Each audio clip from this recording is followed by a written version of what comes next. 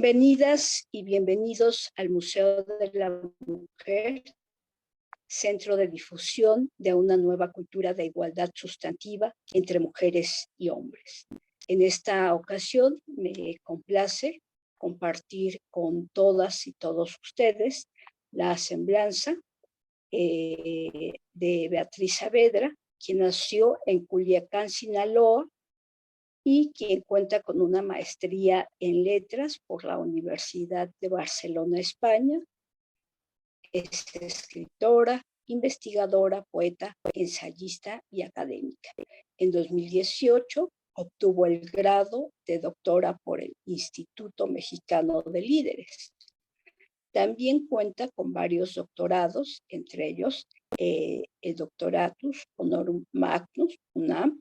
Es autora de 18 libros de poesía y un libro de ensayo, Anatomía del erotismo, en Griselda Álvarez. Es coordinadora del ciclo de conferencias La poética de la inteligencia en el Museo de la Mujer, UNAM.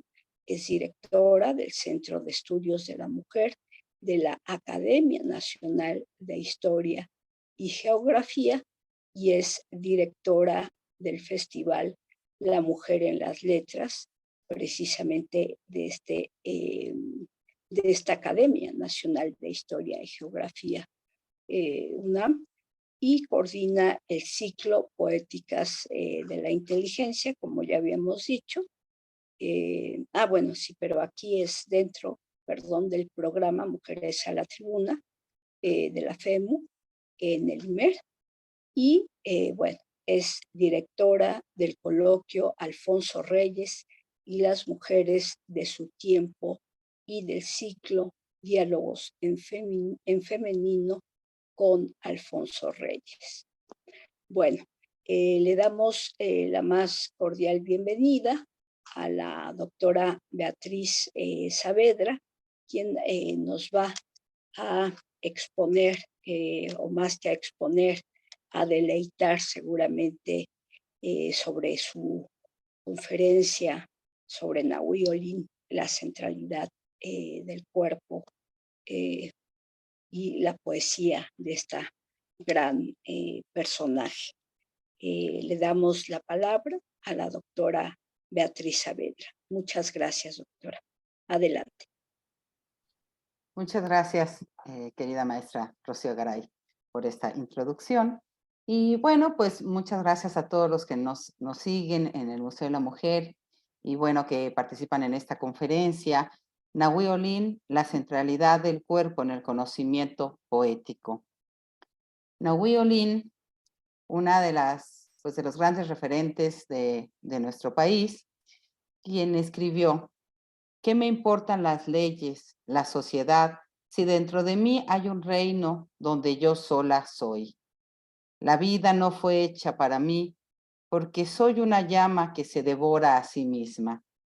Ese es el espíritu que definió a Nahui Olin, una mujer que se sujetó con firmeza a su propia forma de expresión, una forma de expresarse libremente a través del arte y de la sexualidad, a través de las letras, de su poesía, de sus ensayos, quizás para salvarse del olvido. Renunció a una sociedad que la amaba y despreciaba al mismo tiempo. Bueno, muy bien. Pues María del Carmen Mondragón Balseca, conocida como Nahui Olin. Ella nace en Veracruz el 8 de julio de 1893 y muere el 23 de enero de 1978.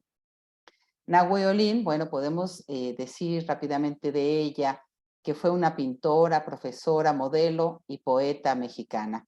Vivió su infancia en París, donde estudió danza clásica, pintura, literatura y teatro. Fue modelo para artistas como Diego Rivera y Jean Charlotte. Mantuvo una relación con el pintor, con el doctor Atl, ahí en el exconvento de la mujer, y él fue el que le puso el nombre de Nahui Olin, que significa el quinto elemento o el movimiento continuo, el movimiento perpetuo. Bueno, Nahui Olin fue una mujer que fue libre y extraordinaria. Una artista que transgredió los valores opresivos de la sociedad mexicana de las primeras décadas del siglo XX. Fue hija del general Manuel Mondragón y de Mercedes Balseca. Fue una mujer inteligente y sensitiva que inculcó a sus hijos el amor al arte, a la pintura y la música. Además, bueno, enseñó desde los 3 años a Nahui a tocar el piano. Nahui Olin, bueno, crece muy chica, viaja a París, donde ya vimos que estudia, bueno, danza, muchas partes importantes del área artística, como la danza, la música. Pero bueno, ella que va creciendo y ella, cuando es grande, funda la Liga Feminista de Lucha contra las Toxicomanías. Y además, bueno, forma parte de la lucha por el voto y el acceso a la educación para las mujeres. Fue autora de más de 5 poemarios y otros libros de ensayo que vamos a ver ahorita más adelante. Y bueno, sus obras pictóricas se exhibieron en una exposición colectiva en Bellas Artes en 1945 y en sus últimos años de vida fue maestra de pintura en una escuela primaria. Hay mucho que decir de la biografía de Nahui Olin y no nos bastaría una conferencia, así que vamos a ir pues sesgando mucha información para que ustedes sepan quién fue ese espíritu libre, esa alma que no conoció límites. Por eso el doctorato la bautiza como el quinto elemento, como ese elemento que reúne todo por esa fuerza extraordinaria que tuvo Nahui. Aquí pueden ver los libros que escribió de autobiografía, epistolarios, ensayos, poesía. Y bueno, después pues hay publicaciones ya de obra reunidas, tanto de Patricia Rosas Lopategui, a quien le mando siempre un saludo, y Adriana Malvido también, que fue la primera que empezó a descubrirnos esta Nahui Olin ya hace algunos años.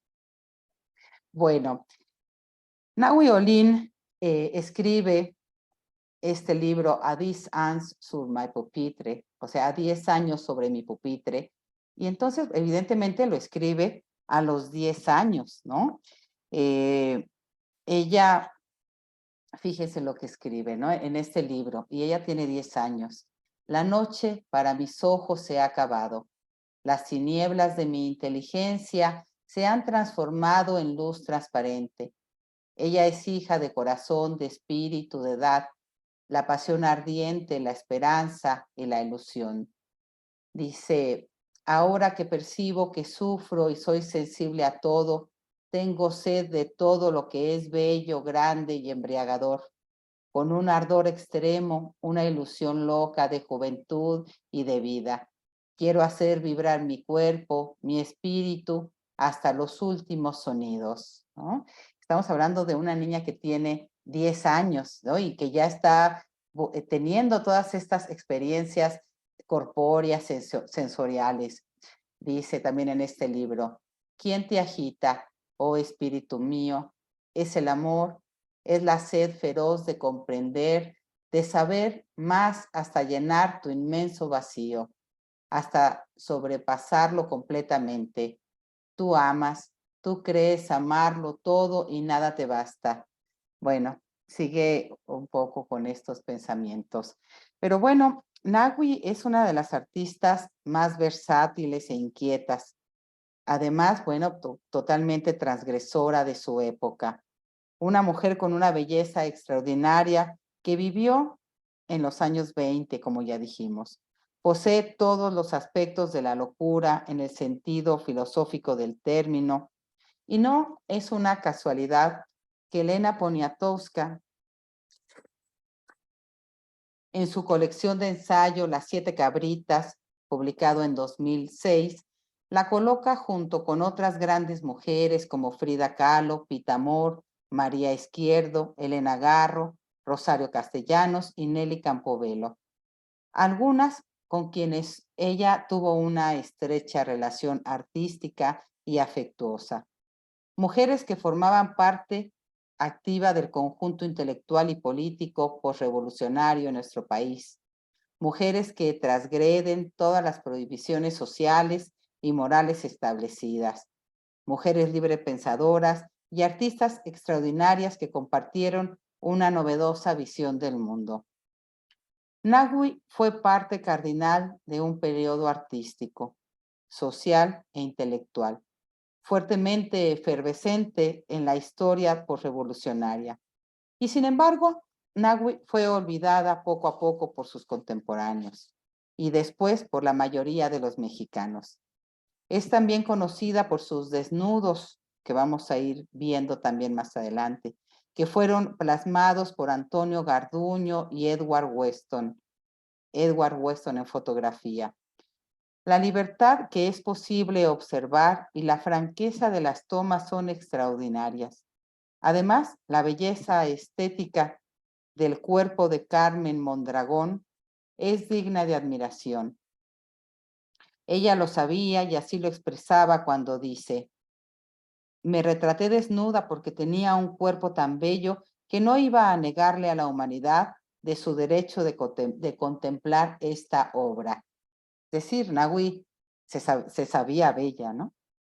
En la pintura también trabajó arduamente. Su obra pictórica se calificó como ingenua y espontánea, de colores vivos y brillantes. Se consideraba dentro de la corriente conocida como naif. Durante más de 50 años, Nagui creó una vasta obra pictórica que profundizó en la sensualidad y el erotismo. Además de su trabajo en la pintura y en la fotografía, existe en Nagui un amplio y singular corpus literario que oscila entre el apunte autobiográfico, la poesía lírica y la indagación filosófica, que refleja una enorme necesidad de conocerse a sí misma. Pinta y escribe de ella misma para reconocerse, pero también lo hace sobre el mundo, la física, el erotismo y las formas espirituales. Además, escribe cosas científicas y al delinear en papeles sus propias emociones y los más intensos y penetrantes deseos de su cuerpo, va hilando dentro de su poética humanista sus excentricidades y plasma su gran libertad de expresión y autoconocimiento.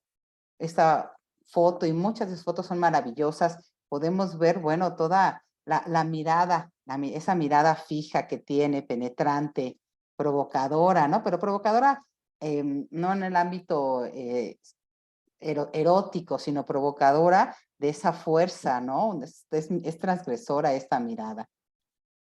En Nagui sobresalen la pasión artística y la libertad con que defendía todos los aspectos de su vida. Fue una mujer sumamente inteligente y con la intensidad que le daba la lucidez incalculable. Además, es un referente en el desarrollo de la mujer mexicana y habría que profundizar en el estudio de su obra.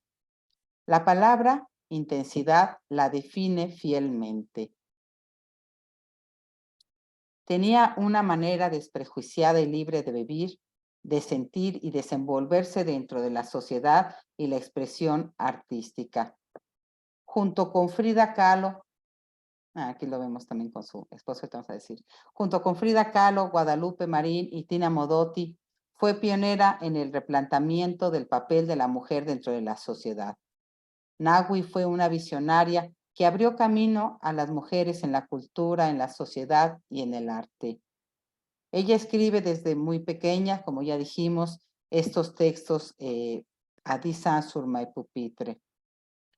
Su posición irreverente dio como resultado, vamos a ver, este es uno de sus poemas, ¿no? Aquí está. Dio como resultado que su producción literaria y artística fuera marginada y ella estigmatizada por las buenas conciencias sociales. Su libertad resulta incómoda y perturbadora. Su franqueza lacera o duele. provoca un colapso de valores dentro de una sociedad conservadora. Su sexualidad se enfrenta a la hipocresía.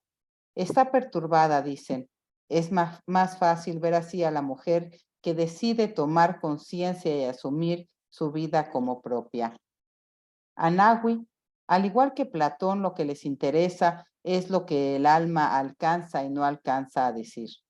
Y donde el decir no es suficiente, se expande la penumbra del presagio y del misterio.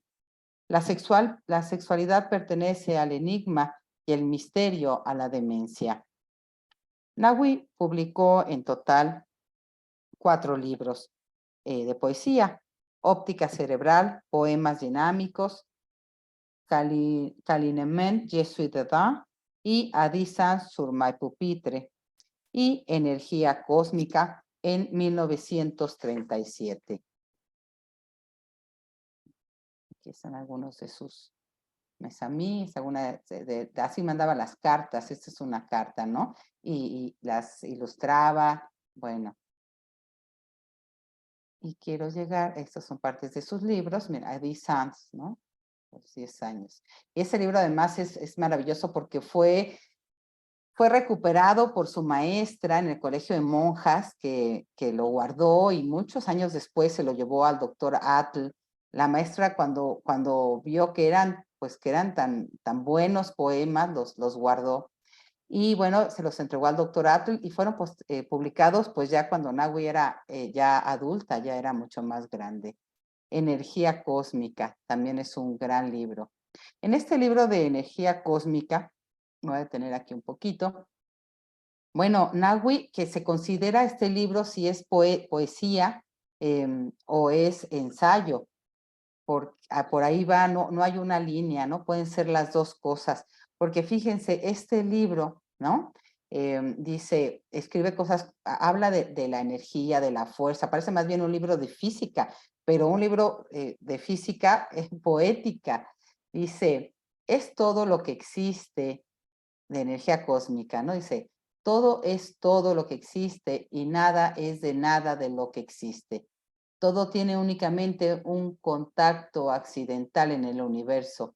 Todo depende de un movimiento general, la totalidad de movimientos diversos. Todos los átomos carecen de voluntad para dirigir su movimiento. Su energía cósmica es su causa fundamental y su disociación o su contacto con otro átomo es involuntario. Solo el impulso del movimiento total. Bueno, si se fijan, habla de física, habla de los átomos, de vibraciones eléctricas, ¿no? Dice, somos vibraciones eléctricas, ¿no? Pequeños, porque siempre olvidamos que nada es de nada de lo que existe y todo es todo lo que existe, ¿no?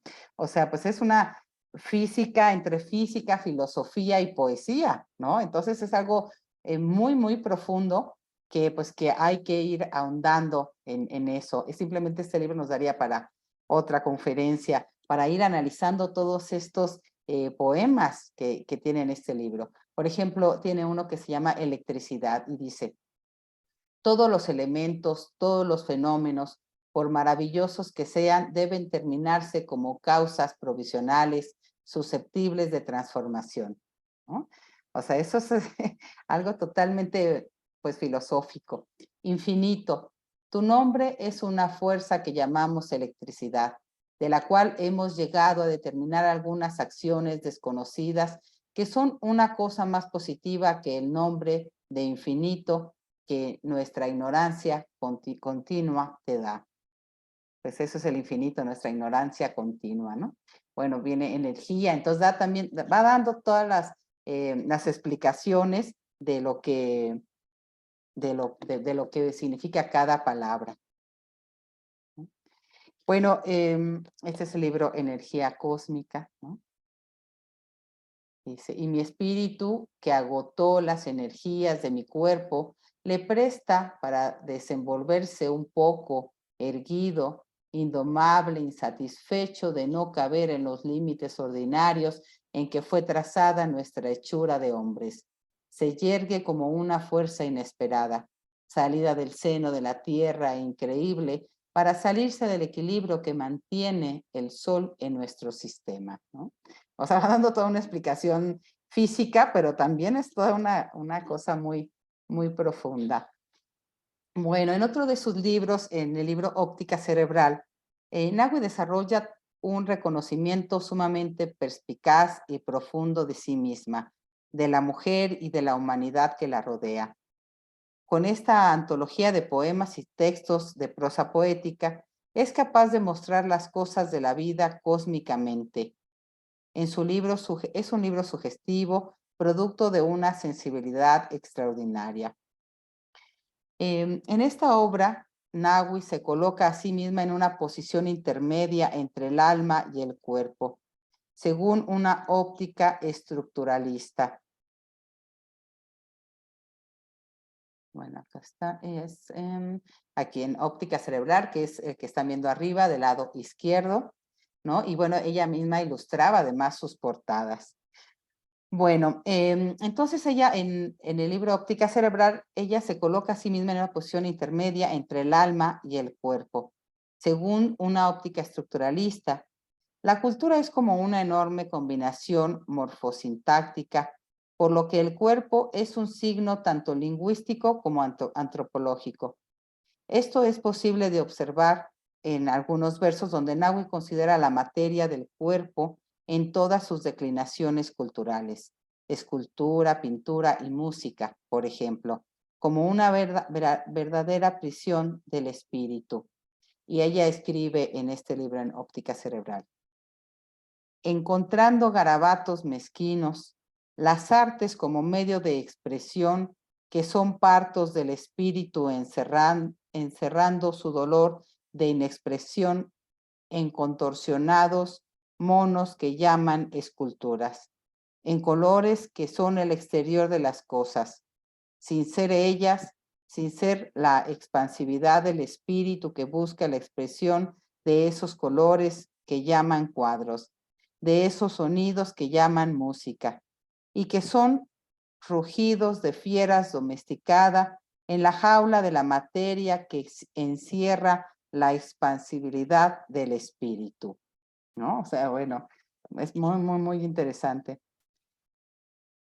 Según Foucault, el cuerpo ha ido construyéndose cada vez más a lo largo de los siglos, como un contexto de relaciones de poder y de saberes paradójicos entre el envanecimiento discursivo y la esencia de la sustancia, tanto que el cuerpo ya no es solo un cuerpo, sino una diversidad de mantos, prácticas y discursividades corpóreas.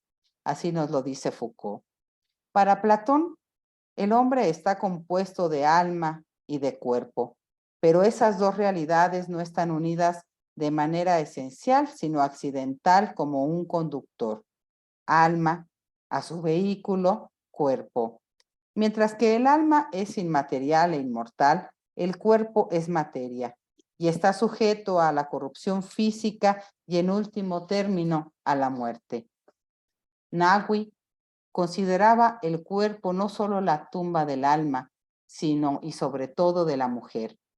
Como podemos verlo cuando ella escribe este pedacito que les voy a leer, que dice que el cuerpo puede llegar a transformarse en una cárcel, en una mortaja de nieve o un cáncer, dice Nagui. Bajo la mortaja de leyes humanas duerme la masa mundial de mujeres, en silencio eterno, en inercia de muerte y bajo la mortaja de nieve. Pondrán en actividad su alma encerrada en nieves perpetuas, en leyes humanas de feroz tiranía. Más adelante después escribe: el cáncer de nuestra carne oprime nuestro espíritu sin restarle fuerza. Es el cáncer famoso con que nacemos, estigma de mujer. Ese microbio que nos roba la vida proviene de leyes prostituidas, de poderes legislativos, de poderes religiosos, de poderes paternos, ¿no? Creo que en estas 4 líneas, Nagui ahí está casándose ella también. Esa es otra historia muy, muy interesante de la vida de Nahui que no quiero desviarme. Bueno, pues como afirma Nahui en toda su producción, cuerpo y alma son entidades incompatibles. Y es que en la base de dicha inconmensurabilidad prevalece un oxímoro que constituye el fulcro de toda literatura epistemológica, es decir, entre el finito y el infinito.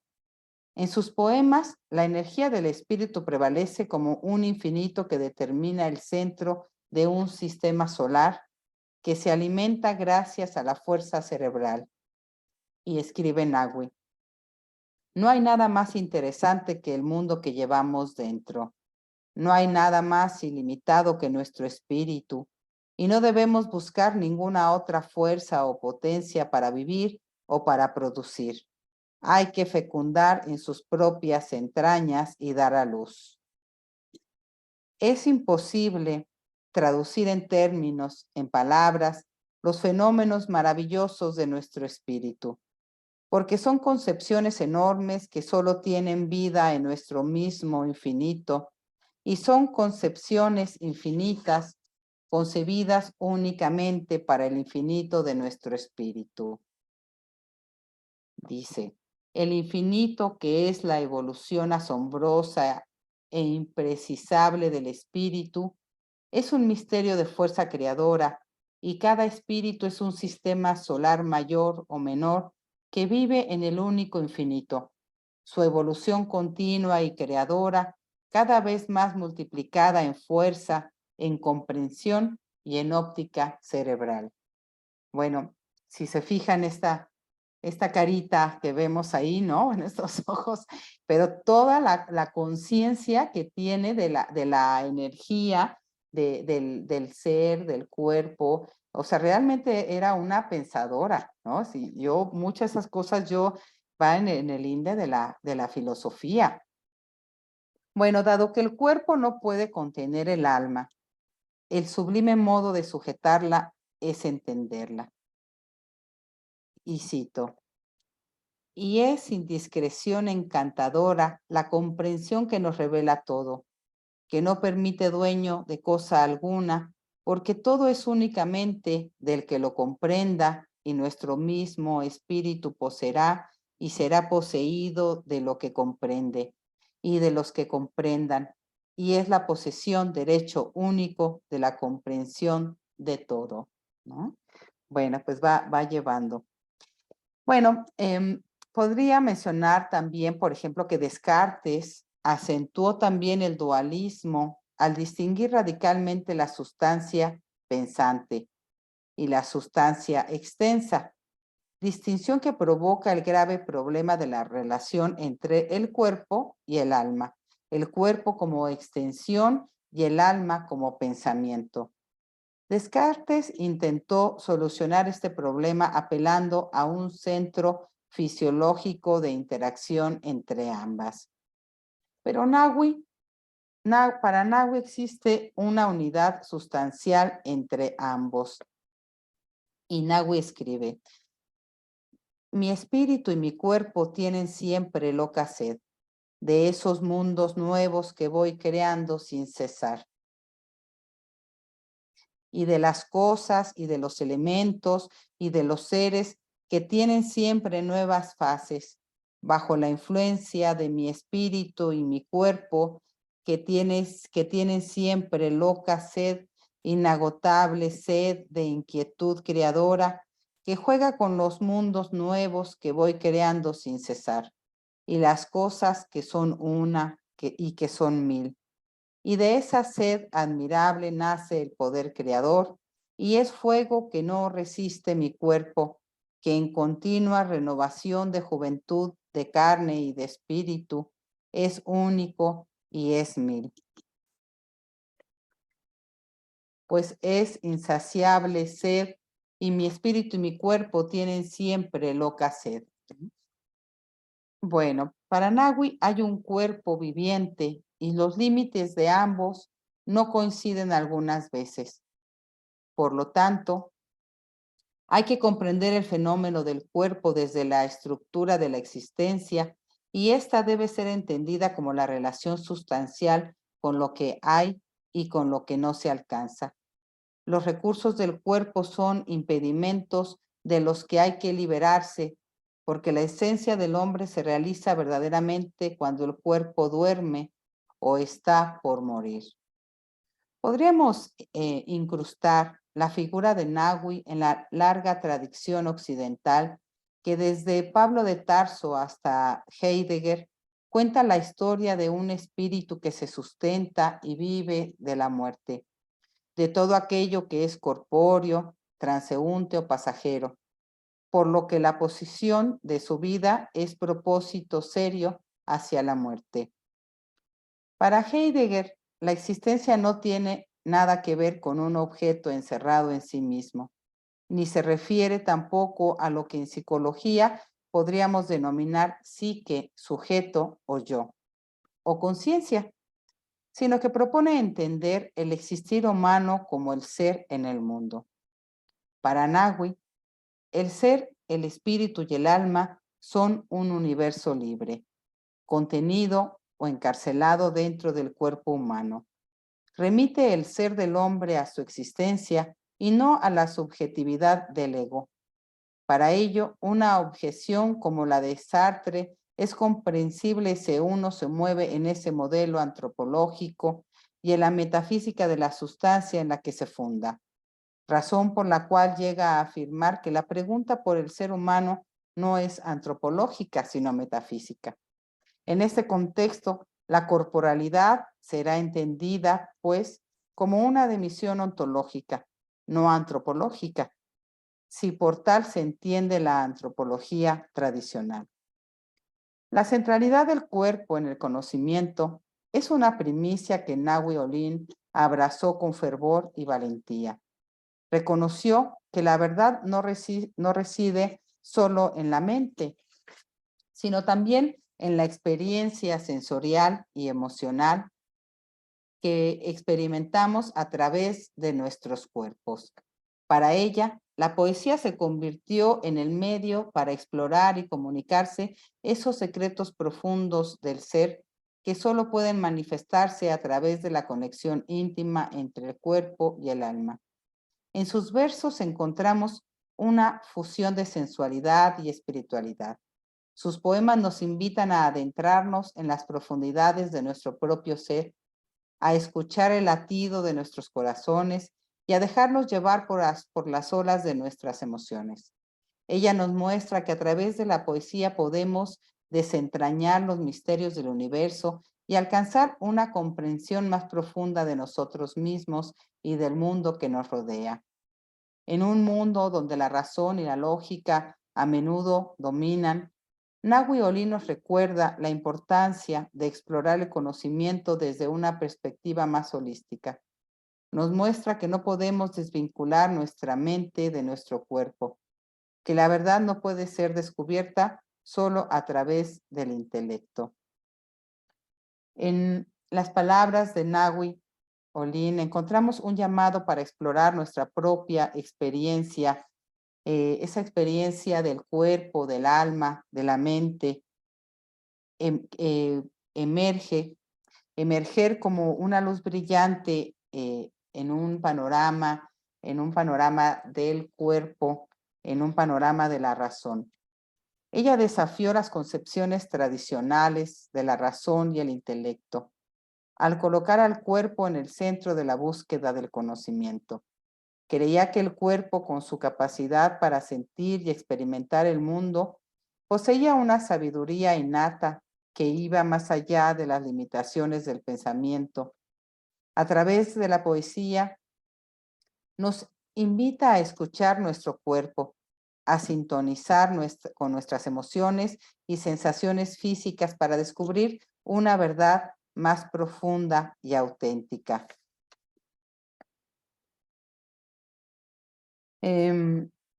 Bueno, voy a pasar acá. Ahí está. Nahui, ¿no? Ahí está lo de bajo la mortaja de leyes humanas. Duerme la masa mundial de mujeres en silencio eterno, en inercia de muerte, y bajo la mortaja de nieve son la Iztaccíhuatl, en su belleza impasible, en su masa enorme, en su boca sellada por nieves perpetuas. Bueno, este poema es de óptica cerebral, en poemas dinámicos, ¿no? Y bueno, cómo va haciendo en todo, ¿no? Esa unión, ¿no? Pero siempre va hacia el pensamiento, ¿no? De belleza imposible, pero en su masa enorme, pero van esas leyes humanas, ¿no? Siempre va contra esas leyes humanas que habían sido impuestas.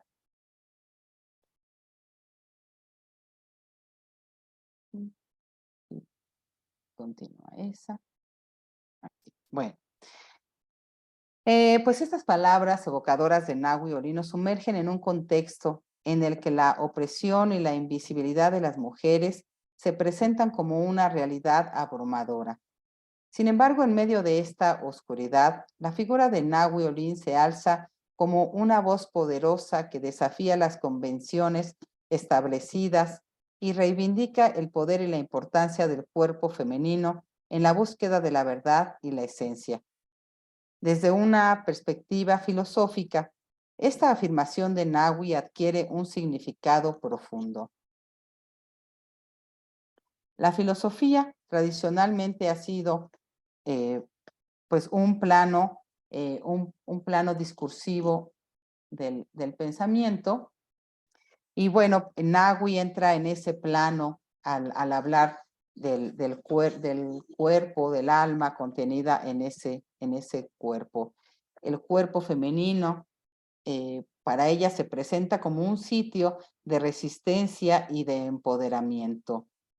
Ella, bueno, en estas imágenes simboliza la capacidad de las mujeres para resistir la opresión y encontrar su voz en medio de las restricciones impuestas por la sociedad. La búsqueda de la verdad y la esencia se entrelazan con la lucha por la liberación y la igualdad de género. Bueno, esta es con uno de sus grandes amores. Bueno, este es un poema. Voy a dejar esto.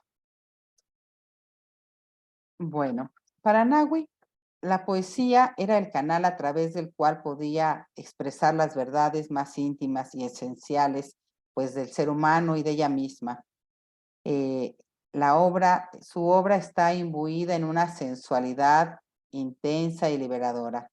A través de sus versos nos invita a explorar nuestra propia sensualidad y a experimentar el cuerpo como un medio de conocimiento, lo cual pues es totalmente actual, ¿no? O sea, yo siempre digo que los grandes artistas pueden pasar 50, 100, 200, 500 años y bueno, la obra la lees y te deja cosas como si lo hubiera escrito hoy en la mañana, ¿no? Y a Nahui creo que eso pasa con su obra. La sensualidad, lejos de ser algo superficial o trivial, se convierte en una vía de acceso a una verdad más profunda y auténtica. Su poesía nos invita a apreciar la belleza y la sensualidad de la experiencia humana y a reconocer que a través de ella podemos desvelar los secretos más íntimos de nuestro ser. Nahui nos deja una forma de conocimiento universal en su forma literaria y en su vida. Ícono, cosmopolita, mujer adelantada a su época, desnuda en la verdad para encerrar al mundo, mujer libre y transgresora que murió de infinitos, con una flor en el porvenir ya muerto, porque en el destino que el azar le deparó, buscó la sombra de sus gastados mitos para cuidar en la memoria cuantas posibles vidas había vivido. Pudo ser feliz o no serlo. La historia la cuida y sobre nosotros crece el laberinto que ella abrió cuando empujó la puerta dentro de su óptica cerebral. Bueno, pues esta es Nahui, ¿no? Esta es Nahui Olin, esta mujer pues transgresora por naturaleza, por el simple hecho de vivir libremente y con una pasión tan profunda, pues nos deja estos referentes que como mujeres, ¿no? Vamos aprendiendo. Hay muchos libros ya, bueno, no muchos, habría que tener más libros, pero bueno, ya hay algunos libros donde podemos acercarnos a la obra de Nahui. Hay un libro muy completo de Patricia Rosas Lopategui, como dije también el de Adriana Malvido, y bueno, pues son libros de consulta, libros donde podemos también conocer su vida. Pues muchas gracias al Museo de la Mujer por la invitación a dar esta conferencia y a conocer otro pedacito que no me quise meter en la biografía de Nahui, porque además es una historia, como sabes, Rocío, maravillosa, ¿no? De telenovela. Sus parejas, sus pasiones, bueno, fue algo muy, muy importante. Muchas Así gracias. es. Muchas gracias, doctora Beatriz Saavedra. Muchas gracias y muchas gracias por su atención a todo el público y a las compañeras del museo. Gracias. Buena tarde.